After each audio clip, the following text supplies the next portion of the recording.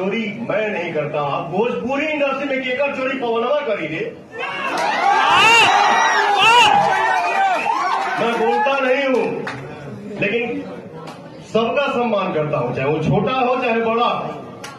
लेकिन जो अपना के बनता उनका इतिहास उठा के देख लीजिए।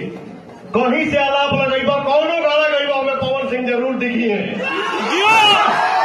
देखिए, आज से कुछ दिन पहले पवन सिंह का एक गाना आता है जिस गाने का बोल है फराक खूटा से फाटलवा। इस गाने को खेसारी लाल यादव के द्वारा चोरी कर लिया जाता है और चोरी करके गा दिया जाता है, लेकिन पवन सिंह कुछ भी नहीं बोलते हैं। और दोस्तों, आपसे बता दें, पवन सिंह के फैंस बहुत ज़्यादा भड़क जाते हैं खेसारी लाल के इस हरकत की वजह से, और पवन सिंह के टीम मेंबर भी बहुत ज़्यादा गुस्से हो जाते हैं। लेकिन पवन सिंह अभी तक कुछ रिप्लाई नहीं दिए थे।